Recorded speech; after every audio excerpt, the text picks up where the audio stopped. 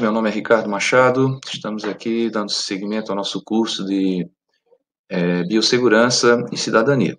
Esse curso é promovido pelo Instituto Federal de Educação, Ciência e Tecnologia do Rio Grande do Norte e nós somos aqui da unidade Macau. Essa aula de hoje, né, a terceira aula, dando prosseguimento, a gente iniciou falando dos temas gerais, sobre os micro-organismos, as medidas de contenção, um pouco já das medidas de contenção, e a segunda aula foi sobre a propagação e hoje é a aula de a gente aprender a entender, né, como se segura, como se protege a propagação do micro-organismo, que está assolando o mundo agora com a pandemia. Essa foto é do CDC, aqui o Centro de Controle de Doenças norte-americano. Aqui é o gráfico das mortes do mundo causado aí por doença, né, só que é um dado do dia 15 de março, né, bem no início da pandemia.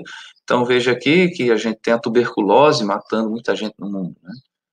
E veja como as pandemias, as epidemias, elas mudam o nosso comportamento, que essa tuberculose foi muito forte no mundo aí na década de 30, professor de história aí vai estar lembrando essas coisas, e a nossa mãe, nosso avô era criança nessa época, no meu caso que sou mais velho, minha mãe era criança, né? E isso agregou para a população mudanças de costumes, mudança de hábito. Minha mãe detestava que a gente compartilhasse um talher, compartilhasse um copo, que bebesse água do copo de outra pessoa, né? Claro, porque a tuberculose transmite assim, a população aprendeu isso, né? E assim a gente ainda tem a hepatite B, ou mesmo com vacina, a gente tem muita gente morrendo de hepatite B. E o Covid aqui, claro, né, que 62 mortes nesse dia no mundo, né? Não está mais assim, né? Ontem morreu mais de 700 pessoas só na França. Então, claro que o Covid vai subir aqui e depois vai baixar, né? À medida que a gente controla essa pandemia, que se desenvolva tratamento, vacina, educação principalmente, né? Importante aqui, gente, para o progresso do ser humano é o conhecimento em ciências. Das várias ciências, eu destaquei essas aqui, que ultimamente têm sido meio injustiçadas, né? Mas veja só, você tem que conhecer como as bases, né, do comportamento humano, a filosofia nos ajuda disso. Você tem que entender de história, entender o porquê, o que já aconteceu, o que o nosso passado reflete no nosso presente reflete no nosso futuro. A sociologia também, de a gente entender que ele não vive sozinho, né? O professor vai abordar isso no módulo de sociologia com vocês, e viver em sociedade é bem melhor, né, do que viver sozinho. A geografia, para a gente entender também como é que o mundo se dividiu, se desenvolveu, como funciona a geopolítica, vai ser muito bem trabalhado isso aqui nesse curso, né? E a matemática também, né? Não é só para provar que x é igual a y, mas a gente realmente conseguir estimar, calcular as coisas, né? E projetar. Então imagine aqui que a obtenção do seu conhecimento é como uma escalada, e às vezes a gente, quando é mais jovem, aí fica querendo, na verdade, só superar o professor, né? Vou passar essa pedra, vou querer a minha nota, né? Não é isso que ocorre, né? Você vai levar um pouco do que aquele conhecimento lhe ajudou para superar uma etapa, você vai usar nas etapas posteriores, né? Você pode ter uma escalada, por exemplo, vida louca, né? Então, vou subir, se cair, tudo bem, eu vou até onde der, e não me aprendo com os erros e os acertos anteriores, ou eu posso ter uma escalada planejada, onde eu sempre tenho uma redundância, sempre tenho um ponto de apoio. E esse ponto de apoio são os grampos de ancoragem, né, que é o conhecimento. E muitos desses grampos a gente consegue levar com a gente, para a gente poder avançar e levar, por exemplo, o que aquele professor, aquela vivência da nossa existência aqui nos fez aprender, né? E aí sim eu poder fazer uma linha de vida, né? Uma linha de segurança, onde o primeiro cara abre o caminho para os outros, isso é a história, né? E a cooperação, no caso a sociologia aqui. E entender que se for um filme do Indiana Jones, você troca o dublê. Se for a nossa vida, a gente não pode cair. Então, dos cuidados gerais, né, gente da população, para evitar aqui a propagação, o distanciamento de 1 metro por conta das gotículas, que a gente já falou, isolamento social, no primeiro momento, né, o uso da máscara cirúrgica para os sintomáticos, lavar a mão, porque a gente leva a mão à boca, nesse tipo de doença, né, a questão parenteral, né, de a gente estar da propagação de mãe para feto, né, E, claro, né, a gente tem a nossa linha de frente, a minha esposa, inclusive, está lá, na UTI do grande hospital, do maior hospital aqui do Rio Grande do Norte. Vai estar lá para salvar a gente, mas a gente também tem que ajudar. Aqui são as curvas de evolução no mundo. Vejam que a primeira curva aqui, essa que está mais horizontal, já é a China, que já está estabilizando. Essa daqui é os Estados Unidos. O Brasil está aqui, ó. Não quer dizer que a gente está melhor, não, do que o resto do mundo, é que a gente está no início da curva, né? Logo, logo a gente vai ter um pico aqui. Nossos pais já nos prepararam aí para sobrevivência, né? Do nível de biossegurança 1, por exemplo, tome banho, corte a unha, lave as mãos antes de se alimentar. Mas para alguns organismos aí mais severos, a gente precisa ter uns cuidados adicionais, né? Então, um deles agora é a sacola de mercado. Então, você saiu para fazer compras, chegando em casa ou recebendo a entrega dessa sacola plástica, você tem que tirar, é bom você ter uma mesa separada, né? Tirar esse material da sacola, já virar essa sacola do avesso. E guarda essa sacola numa quarentena aí. Quem gosta aí de eco bag, né? A gente tinha aqui antigamente, né? Já quando eu era criança, acreditem, não existia ainda sacolinha de plástico. A gente usava essa eco bag chamada quitandinha, a gente usava isso para ir na feira. E aí eu tenho que tomar um cuidado, como ela é reutilizável, de também deixar ela num local ou botar ela dentro de um saco plástico para ela não contaminar a minha casa, né? E aí vou higienizar as verduras. Água sanitária. Normalmente eu não faço propaganda aqui, mas nesses tempos de crise a gente sabe que quem tem nome tem medo e quem não tem nome não tem nada a perder. Então você vai pegar água sanitária e uma bacia e uma garrafa PET. Tá? Nessa garrafa ela cabe 2 litros de água e você com uma colher de sopa vai botar uma colher de sopa de água sanitária para cada 2 litros de água nessa bacia. Depois, aí, durante o curso agora, talvez vocês já estão estudando isso, o professor de química vai estar estudando, vai estar fazendo isso com precisão para vocês aí, a estequiometria, né? Então, coloco durante 15 minutos os legumes, as verduras. Minha filha me perguntou qual é a diferença entre legume e verdura, né? Eu digo, a verdura é um legume verde, né? E, na verdade, todos os legumes e verduras são vegetais, é mais fácil de tratar assim, como vegetais, né? 15 minutos. Depois disso, a gente vai lavar na água corrente. Aqui está outro modelo de eco bag, né? Se você for usar a eco bag, claro que ela é preferível, professora de meio ambiente, né? O professor aí do módulo de meio ambiente vai estar comentando a importância disso para vocês também. Outra grande invenção para a sociedade mundial, né? Foi a chinela de borracha, né? Então, dentro de casa, use o chinelo. Você pode até tomar banho com esse chinelo, higienizar ele já no chuveiro. E o sapato que vai à rua, não andar dentro de casa. Deixa ele na porta da casa, sobre um tapete. Esse tapete pode estar também umedecido ali com água sanitária diluída. E dentro de casa usar o chinelo havaiano. Outra coisa importante quando eu chego em casa é o álcool gel. Né? Higienizar primeiro a minha mão antes de fazer as outras coisas. Então, perto da porta de entrada da sua casa, o álcool gel. Estão fazendo muitas piadas aí na internet, né? Que as crianças vão ser batizadas ali com o nome de álcool gelson. Aqui no Nordeste, pô, já está chamando de álcool em gel também. E as roupas, eu tenho uma roupa de casa e uma roupa de rua. Né? E lavar normal, com água, sabão, pó normal. Tá? Mas tem uma roupa de casa e uma roupa de rua. Tem muita gente que gosta de usar aquela sua roupa de mendigo em casa, né? Não tem problema, desde que você não vá para a rua com essa roupa, não pela questão estética, mas para você não contaminar a sua roupa preferida, né? E, finalmente, a toalha de rosto. A toalha de rosto, mesmo em tempos de outras pandemias, por exemplo, aí o H1N1, né? É um grande disseminador, porque você vai ali, enxuga o seu rosto, outra pessoa também vai enxugar o rosto, e ali eu posso ter uma secreção, então você tem o que a gente chama de infecção cruzada. Então, elimine a toalha de rosto e se enxugue na toalha de banho, que ela sim é individual. Tá? Elimine a toalha de rosto da sua casa, para não contaminar os irmãozinhos. E se lembre aí da biossegurança, não é ficar complexado.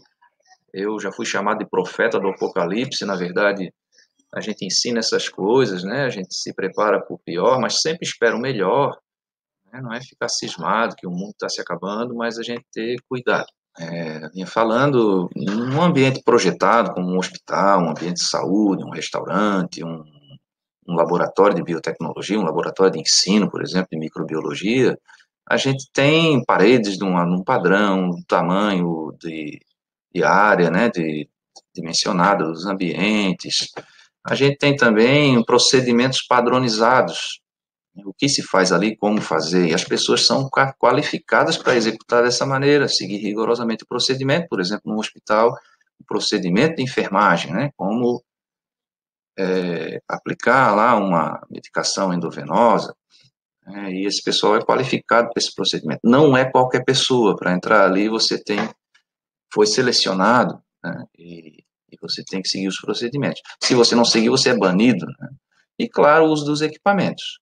É muito diferente na nossa sociedade, né, onde a gente tem a liberdade de ir e vir, né, a gente tem diferentes valores, diferentes situações socioeconômicas e diferentes ambientes mesmo. Vou mudar a câmera um pouquinho aqui. Ambientes físicos mesmo diferenciados, né? Como a gente se contamina, vimos também na outra aula, principalmente a respiratória, através da pele, né, pela pele ou através dela, através de ferimentos ou acidentes perfuro-cortantes, olhos e mucosas, a via digestiva também, e a via parenteral aqui de mãe para feto. É claro que depende do micro-organismo, eu vou ter mais uma predileção, né? Micro-organismo, por exemplo, através das mucosas aqui, as doenças sexualmente transmissíveis, como a AIDS, né, a digestiva, a verminose, né, a respiratória, esses agentes aí que são aerotransportados. E a parenteral, exemplo clássico, né, a Zika, né, a questão ali da microcefalia. Então, vamos começar com equipamentos, a gente está contendo, a aula de hoje é de contingência, né, conter a propagação. Tá? Primeiro, os equipamentos de socorro, né, a gente chama de contingência, só vou usar num momento de emergência. Então, o chuveiro lava-olhos, por exemplo, lançou o material nos meus olhos, eu vou lá, aciono o chuveiro, não posso levar a mão no olho.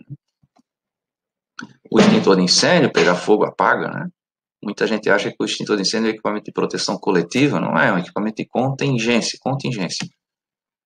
As luzes de emergência e os equipamentos de resgate, pranchas, resgate, transporte de vítima, né, que a gente vai estar usando em acidentes e também em problemas biológicos. Aí, imagina a gente ter que tirar uma pessoa de um apartamento, né, que já não consegue se deslocar.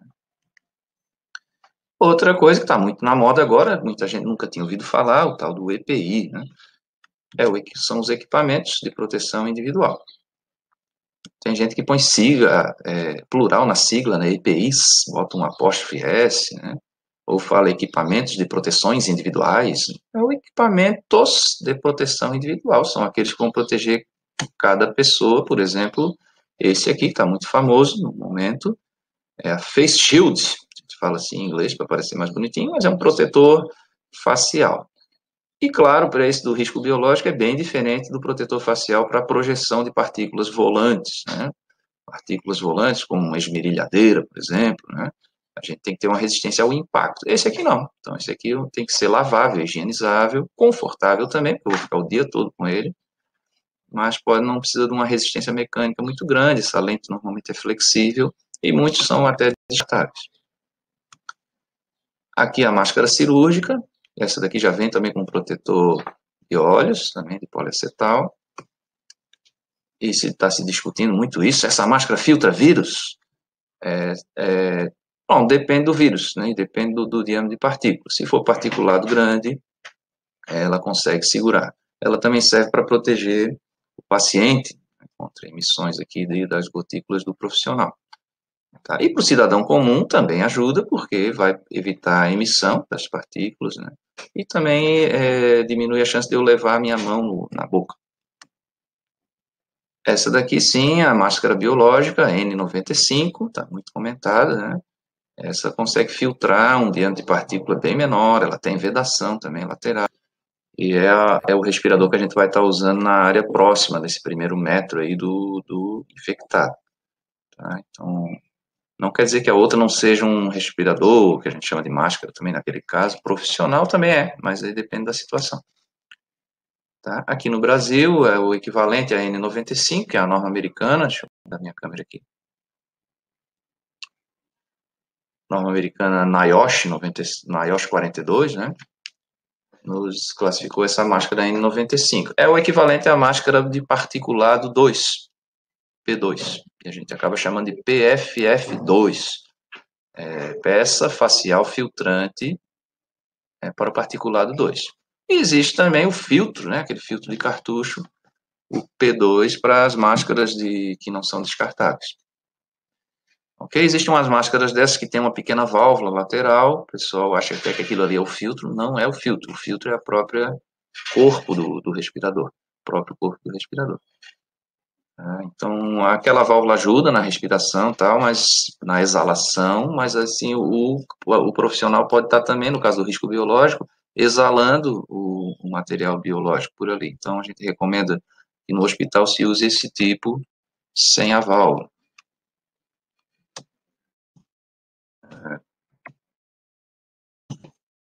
As luvas, né? Luvas de látex. Importante aqui saber que a luva não é para proteger só o profissional, ela também é para proteger o paciente. Então, a gente não pode estar abrindo porta de luva, atendendo celular, a gente tem que trocar a luva quando vai trocar de paciente. Isso a gente vai aprender lá na aula sobre a segurança hospitalar. E alguns trajes mais sofisticados aqui para o nível de biossegurança 4. E aqui eu tenho, nesse carinha aqui, eu tenho a roupa pressurizada, um traje de pressão positiva, e o que está pressurizando aqui é essa bombinha que vai puxar o ar por esses filtros. No caso aqui, a gente usa um filtro P3, particulado 3, que vai filtrar em 99% das partículas. E em casos mais extremos ainda, isso aqui também só dura 8 horas, essa bateria, a gente pode usar uma linha de ar comprimido para alimentar o traje. Então, em bancada, posso ter só um capacete pressurizado, ele não é vedado, porque eu tenho aqui uma pressão maior do que a pressão externa, então o ar contaminado não entra, né? Está aqui o dispositivo com a bateria. Então, as diferenças, já comentei aqui da P2, PFF2, né? A gente tem que evitar essa válvula de exalação no ambiente biológico.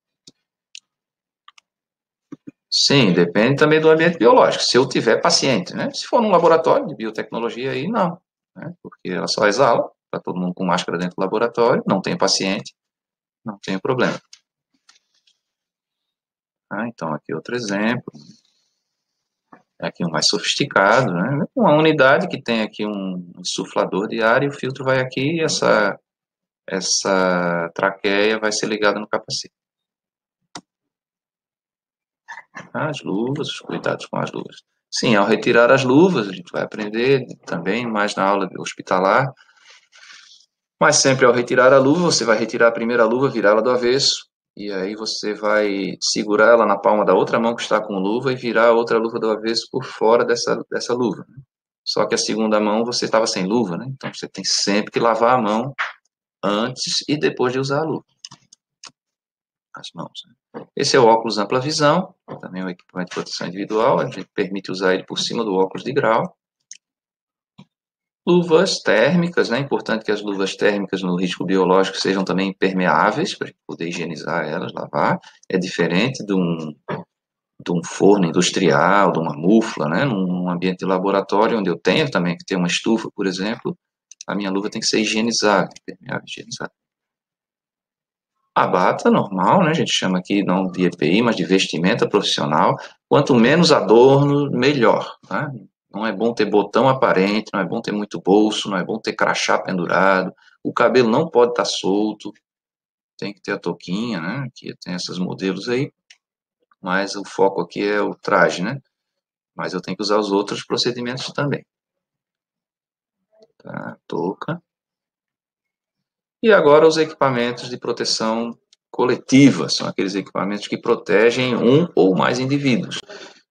Os EPCs vão estar protegendo uma ou mais pessoas. Muitos deles vão estar trabalhando, mesmo que a pessoa não queira estar sendo protegida, ele vai estar atuando, por exemplo, a própria instalação, o próprio prédio, né? Um piso antiderrapante, uma grade de contenção, um guarda-corpo, um refletor de calor, um abafador de ruído. Claro que a gente vai aqui nesse curso explorar os EPCs biológicos. Então, um deles é a cabine a cabine química, né, chamada capela química. Mas o que isso tem a ver com risco biológico? Porque muitas vezes nos laboratórios a gente vai estar usando agentes químicos e a gente não quer que ele se disperse no ambiente. Então veja que essa pessoa está trabalhando sem a máscara porque eu tenho ali dentro um sistema de pressão negativa que está aspirando, né, esses vapores para um filtro ou um ambiente externo. Essa aqui da direita, a gente compra ela separada e monta ela sobre a bancada. A gente tem uma regulagem aqui de contrapeso para manter essa porta na altura que a gente deseja.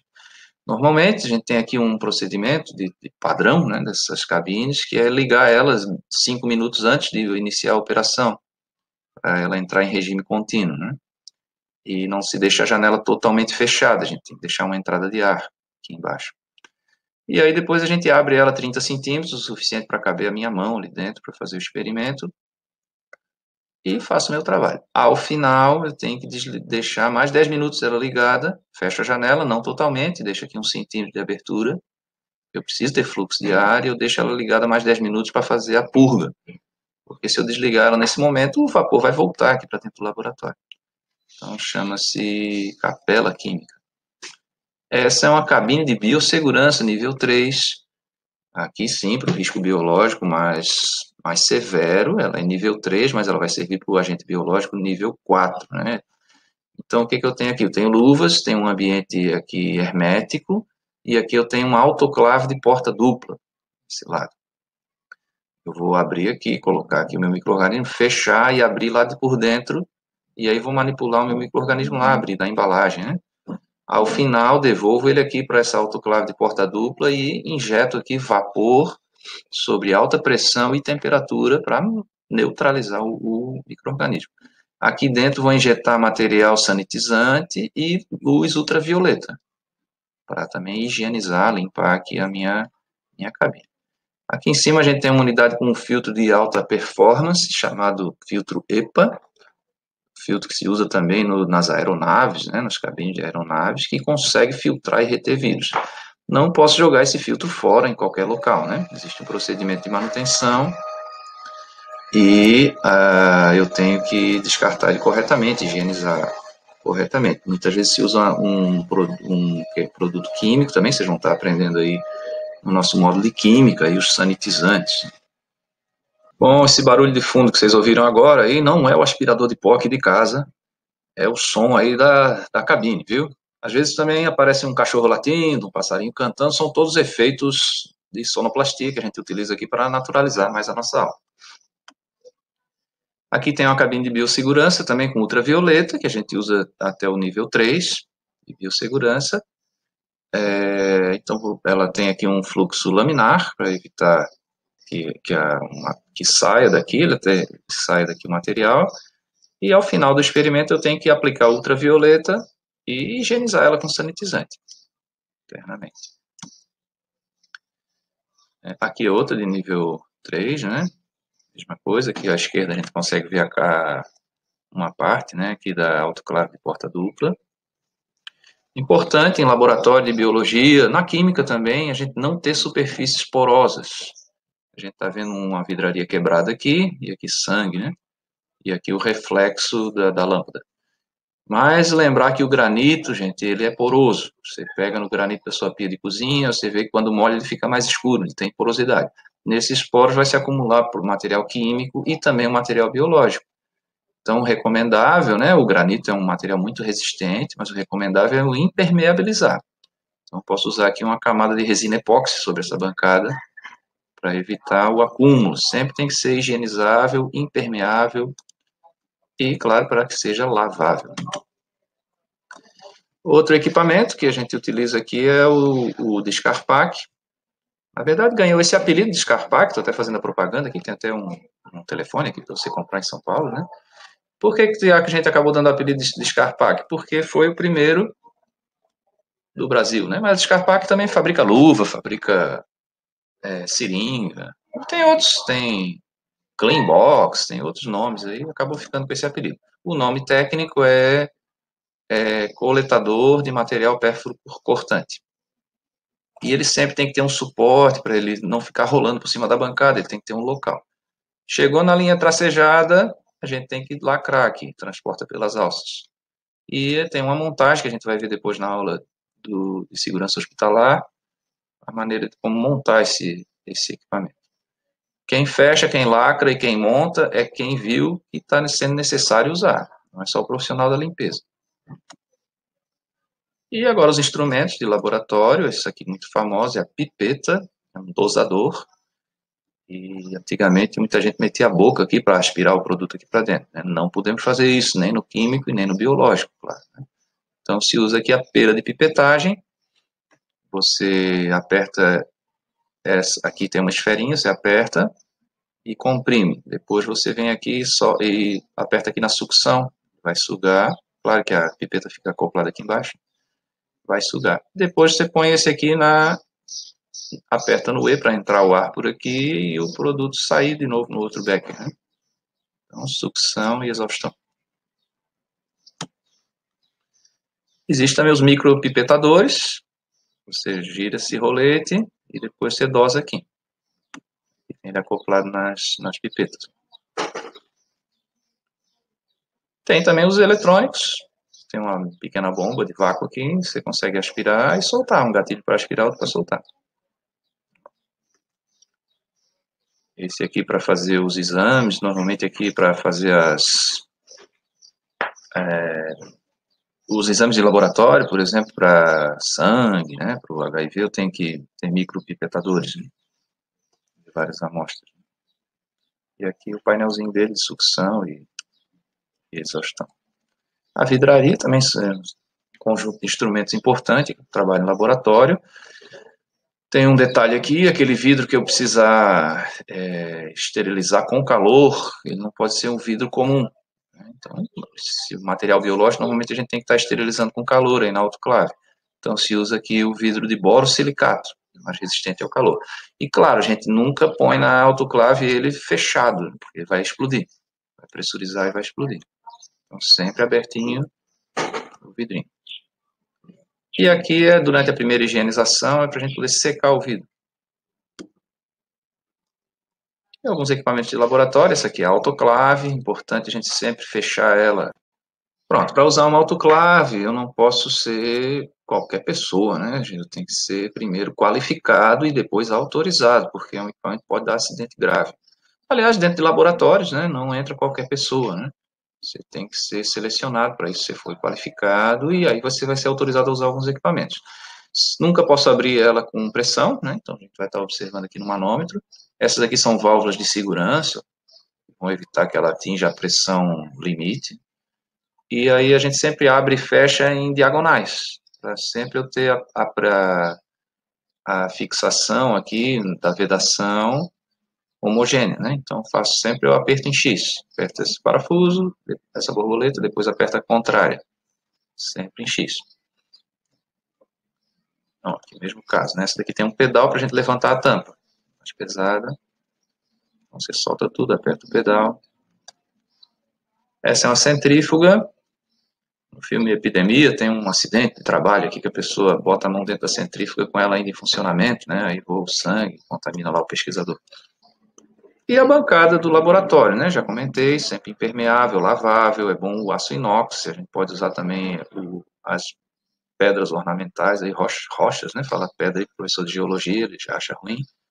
Então são rochas ornamentais, mas sempre impermeabilizadas. A gente usa uma camada de resina epóxi, né? Para vedar os poros. E claro, sempre a gente ter aqui a bancada alinhada com a saída, ó, sempre ter duas saídas da bancada, ver o espaçamento entre as bancadas para um profissional não estar batendo no outro, ter a bancada sempre limpa, o que eu vou ter em cima da bancada é só o que eu estou usando naquele momento, depois eu recolho, limpo, guardo aqui nos armários, recolho o material. Sempre organizado, sempre um procedimento operacional padrão. Tá? Você fazer, projetar do jeito certo e ser disciplinado e executar sempre daquela maneira certa. Se o procedimento merecer uma evolução, a gente vai evoluir, claro, né? Tá? Todo POP, né, tem que ser pautado em princípios, né? Princípios da bioética, por exemplo, eu posso fazer isso, eu posso fazer dessa maneira, a gente vai estudar isso no componente de filosofia. Tá? É correto eu desenvolver dessa maneira? A segurança do trabalhador, a pessoa que vai executar o procedimento tem que estar segura, não posso pensar só no paciente ou só no experimento, tem que pensar no meu amigo pesquisador, o desenvolvedor aqui do trabalho, o professor, o profissional de saúde. A segurança também do experimento, de eu ter garantia científica de que esse experimento não foi contaminado, que aquele resultado realmente é válido, que aquele, por exemplo, aquele exame de sangue vai dar o resultado correto, porque um falso positivo ou um falso negativo pode complicar a saúde do meu paciente, né? E às vezes o meu experimento não é exatamente um experimento, mas é uma pessoa, né? Uma vida humana, um paciente. Então, essa pessoa também tem que ter segurança, né? Quanto a riscos de queda, de acidente, de erros, né? Então, o procedimento tem que estar pensando nisso. Nesse caso, né, a segurança do paciente. A proteção do meio ambiente, deixa eu só voltar aqui, meio ambiente e paciente, mas para falar aqui de uma comissão importante em todo o hospital, é a comissão de controle de infecção hospitalar. Então, ela está sempre controlando isso aí, a segurança do paciente, né, a infecção cruzada, e também essa questão do meio ambiente, porque não existe um meio ambiente separado, né? A gente está na metade, a outra metade é a floresta, é a baleia, né? Nós vamos ver aqui no módulo de meio ambiente que preservar o meio ambiente é preservar o ser humano. Não é só salvar o pinguim, não. É preservar a nossa vida também. Então, é importante, no caso aqui do ambiente de saúde, no ambiente biológico, a questão do resíduo de saúde, que a gente vai estudar na próxima aula sobre a segurança hospitalar. E o layout, né, dos laboratórios é importante. Aqui vamos falar dos laboratórios de pesquisa nível 2, nível de biossegurança 2. Então, eu tenho que ter um controle. Aqui tem uma planta, que é uma foto do livro. A gente tem aqui, no lado direito, a entrada do laboratório, onde eu vou ter aqui um chuveiro de segurança e a pia para estar higienizando a mão na hora que eu entro ou saio do laboratório, né? E aqui uma parte mais administrativa, não administrativa, mas a parte burocrática do trabalho desse laboratório. E aqui uma outra porta onde eu vou estar desenvolvendo aqui os equipamentos, aqui em cima da bancada, né, geladeira, freezer, onde eu vou estar desenvolvendo meus experimentos, capela química, cabine biológica. Então, esse é o nível 2 de biossegurança 2. Aqui dá para ver ele em 3D, né? Então você tem uma entrada, você tem uma entrada mais administrativa, um ambiente mais administrativo e um ambiente mais técnico. Nível 2. O nível de biossegurança 3, então já tem um rigor maior, já tem aqui uma entrada onde eu vou trocar a roupa, deixar minha roupa de passeio, e no caso de um hospital deve ser assim também, não só laboratório, né? Minha roupa de passeio não uso no ambiente técnico. E aqui eu tenho o lavatório, onde o chuveiro lava óleo, lavar as minhas mãos, e aqui a sala de autoclave, onde eu fazia a esterilização. E aqui dentro o ambiente de trabalho também, bancadas, né? Tem um intercomunicador para estar falando com o pessoal da esterilização, para esse local não contaminar esse, né? E esse é o trabalho. Tá? Então aqui as cabines de biossegurança, né? Aqui tem esse layout, né? Então você entra, tem a porta dupla, e vai ter acesso para o ambiente aqui. Tá? Aqui esterilização, armários aqui. Tá trocando de roupa, né? E a minha roupa de passeio não ser a mesma roupa que eu uso aqui dentro. E o nível 4 é aquele bunker, né? Nível de potencialmente letal, por exemplo, o vírus Ebola, o vírus Lassa, o vírus Crimeia do Congo e outras febres hemorrágicas aí, vírus de febres hemorrágicas. Então, entrei, aqui eu tenho o banheiro, né? Troco de roupa, deixo a minha roupa de passeio aqui. Aqui eu tenho uma cabine de dupla passagem. Essa porta daqui só abre quando a outra está fechada. Quando eu entro aqui, vou botar o meu traje. Entrei aqui, agora eu abro essa porta quando essa estiver fechada e vou fazer o meu trabalho aqui dentro, né? Normalmente não se passa mais de 1 hora aqui dentro. O faxineiro desse ambiente aqui tem doutorado. É altamente qualificado as pessoas aqui, você não pode entrar qualquer um não, porque é alto risco, né? Na saída, fez o experimento, aqui tem os tanques e tal. Na saída você fecha essa porta, toma o banho aqui, deixa o traje escorrendo aqui e vem para... Aí sai por essa porta, a outra porta só abre quando essa fecha. E aí sim você vai agora aqui tomar outro banho e vestir a sua roupa de passeio. Entra por essa porta, toma o banho e sai lá. Traje, né? Esses layouts eu peguei aqui do livro do nosso amigo Mastroianni, Biossegurança aplicada em laboratórios de saúde, né? Existem poucos laboratórios desses no mundo. O Brasil tem um, que é o Lanagro. Estuda aí riscos associados ao agronegócio, né? Riscos biológicos do agronegócio. A maioria está aqui na Europa, né? E nos Estados Unidos. Esse aqui é o Lanagro, de Minas Gerais. Está aqui a pressão positiva, o traje. E até as meias são vedadas, né? Você calça a bota por fora do traje. E aqui, quando você passa a porta, claro, você tem que desconectar a mangueira, conectar a mangueira do outro lado. Aqui está o chuveiro. Você está tomando banho, um banho químico, você vai lavar o traje. E depois esse traje fica escorrendo, é vedado, né? Fica escorrendo. E as botas ficam aqui. Esse caso aqui tem a bota acoplada ao traje. Se for aquele outro traje que a bota não é acoplada, a gente separa a bota do traje, né? Muito bem, aqui a gente encerra a nossa aula de proteção, de contenção.